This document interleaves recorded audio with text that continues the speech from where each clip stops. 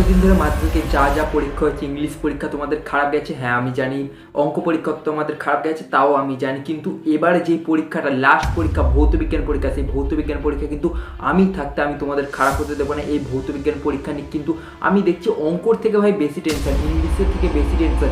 কিন্তু এই টেনশন থাকবে কেন? আমি যখন আছি, এই শুভদীপ দা যখন তোমাদের জন্য আছে, তাহলে এই টেনশন করার কোনো দরকার নেই। আমি তোমাদের ভৌতবিজ্ঞান এমন স্ট্র্যাটেজি নিয়ে তোমাদেরকে সাজেশন দেবো এবং এমন কিছু প্রসেস বলে দেবো, যেই প্রসেসগুলো যদি তোমরা ফলো করো তাহলে আমি তোমাদেরকে গ্যারান্টি দিয়ে বলছি এই 24 ঘন্টা পড়াশোনা করলে আমার যদি সাজেশনগুলো তুমি ফলো করে যাও তাহলে কিন্তু ভৌতবিজ্ঞানের 90% তুমি নাম্বার পাবে।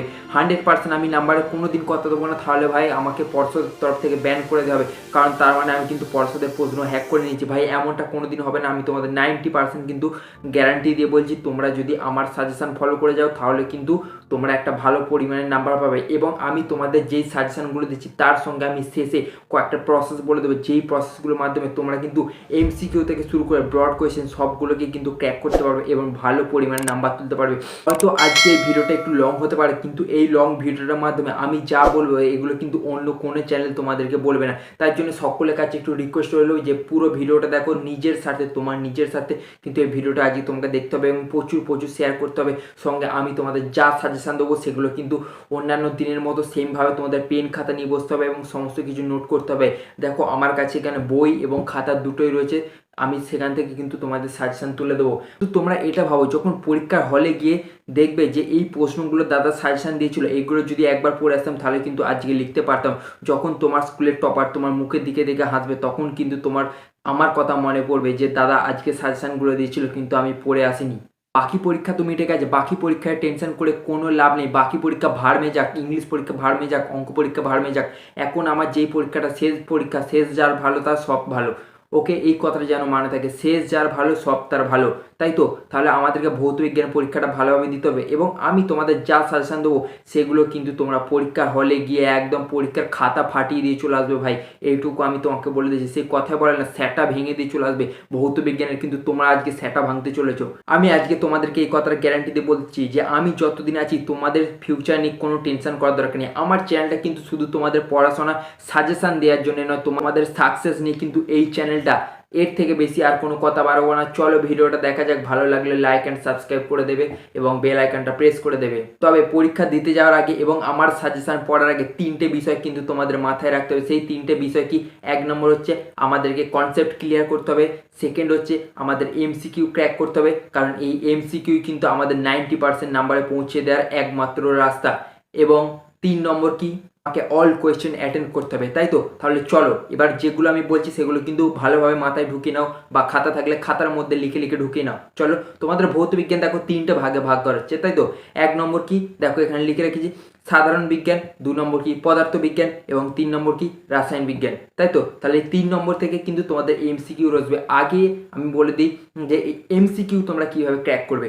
দেখো সাধারণ বিজ্ঞান থেকে আসছে 3 নম্বরে এমসিকিউ আসছে, পদার্থ থেকে 6 নম্বরে এমসিকিউ আসছে, এবং রাসায়ন থেকেও 6 নম্বরে এমসিকিউ আসছে। তাহলে টোটাল 15 নাম্বার কিন্তু এমসিকিউ আছে। এবং এই এমসিকিউ তোমরা কিভাবে ক্র্যাক করবে? দেখো প্রথমত তোমাদের টেক্সট বুকের যে সমস্ত চ্যাপ্টার রয়েছে, চ্যাপ্টার শেষে যেই সমস্ত কোয়েশ্চেনগুলো থাকবে সেগুলোকে ভালোভাবে পড়ো, সেগুলো ক্লিয়ার হয়ে গেল। চলো নেক্সট কি করবে এমসিকিউর জন্য? তোমাদের টেস্ট পেপার, পর্ষদের টেস্ট পেপারে 10টা সেটের যে এমসিকিউ রয়েছে অ্যান্সার দেখে দেখে দাগ দিয়ে নাও, থরোলি মুখস্থ করে নাও। 3বার রিভাইজ দেবে, 3বারের মাথায় মুখস্থ হয়ে যাবে। না মুখস্থ হলে আমাকে কমেন্টের মাধ্যমে জানাও। ঠিক আছে, এমসিকিউ কথা আমি বলে দিলাম। এবার চলো তোমরা বড় কোয়েশ্চেন কিভাবে তোমরা ব্রড কোয়েশ্চেনে অ্যান্সার করবে। আমি তোমাদের ব্রড কোয়েশ্চেন আগে সাজেশন দিয়ে দিই, এরপর আমি তোমাদের বলে দেবো যেই দুটো বিষয় তোমাদের মেন মাথায় রাখতে হবে, তার জন্য কিন্তু শেষ পর্যন্ত ফলো রাখো। ফার্স্ট চ্যাপ্টার পরিবেশের জন্য ভাবনা। এখান থেকে কী পড়তে হবে? ওজোন স্তর, গ্রিন হাউস গ্যাসের এফেক্ট, বিশ্ব উষ্ণায়ন, সঙ্গে কিন্তু শক্তির যথাযথ ব্যবহারটা, এটা কিন্তু ইম্পর্টেন্ট রয়েছে। গ্যাসের আচরণটা ইম্পর্টেন্ট রয়েছে। বলয়ের সূত্র, চার্লসের সূত্র, বলয় চার্লসের সূত্রের সম্বন্ধ হয়, অ্যাভোগাড্রো প্রকল্প, আদর্শ গ্যাসের সমীকরণ। 3 নম্বর চ্যাপ্টারটা দেখো, তুমি যদি না চাও নাও পড়তে পারো, আমি কিন্তু প্রেফার করছি না বা আমি গ্যারান্টি দিয়ে বলছি না তুমি যে পড়বেই না। তুমি যদি চাও, তোমার যদি চাপ হয়ে যায় 3 নম্বর চ্যাপ্টার নাও পড়তে পারো, আমার দিক থেকে কোনো সাজেশান নেই।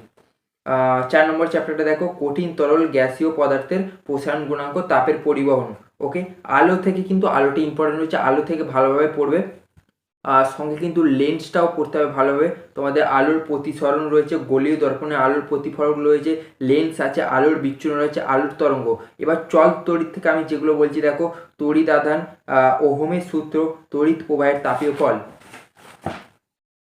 দেখো এরপর কি রয়েছে, তড়িৎ ক্ষমতা, তড়িৎ চুম্বকত্ব, তড়িৎ চুম্বকের আবেশ, বিদ্যুতের বৈদ্যুতিক জেনারেটর, গৃহস্থলী বৈদ্যুতিক বর্তনী।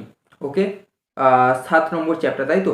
পরমাণু নিউক্লিয়াস, পরমাণু নিউক্লিয়াস ভাই ইম্পর্টেন্ট, এখান থেকে কিন্তু ব্রড কোয়েশ্চেন আসতে পারে, তাই তো। তাহলে কি আসবে, তেজস্ক্রিয়তা আমরা ভালোভাবে পড়বো, নিউক্লিয় শক্তি আমরা ভালোভাবে পড়বো।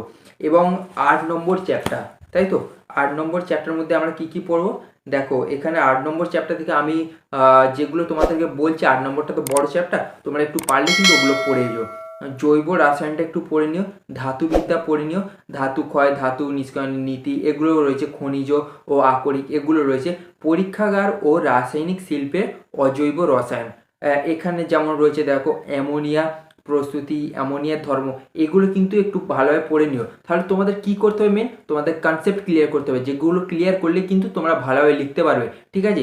ভৌত বিজ্ঞান ভাই স্পেশাল কোনো সাজেশন হয় না, নিজেকে নিজের মাথার মধ্যে আগে পড়াটাকে ঢুকোতে হয়, তারপরে পরীক্ষার হলে গিয়ে লিখতে হয়। এবং আমি যেই দুটো পয়েন্ট তোমাদেরকে ভালোভাবে বলছি দেখো, তোমরা ছবিগুলো কিন্তু ফলো করে যাবে, কোন ছবিগুলো, লেন্সের দর্পণে, এই ছবিগুলোকে ফলো করে যাবে।